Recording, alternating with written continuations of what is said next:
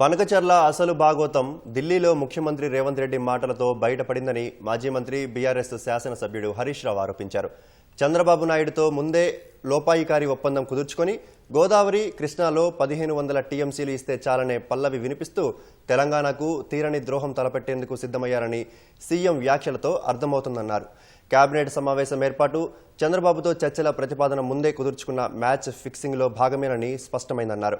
గోదావరిలో తెలంగాణకు ఇప్పటికే ఇచ్చిన జీవోల ఆధారంగా 968 టీఎంసీల హక్కుతో పాటు సముద్రంలో కలుస్తున్న 3000 టీఎంసీల్లో 1950 టీఎంసీలు ఇవ్వాలని కేసీఆర్ కోరారని గుర్తు చేశారు.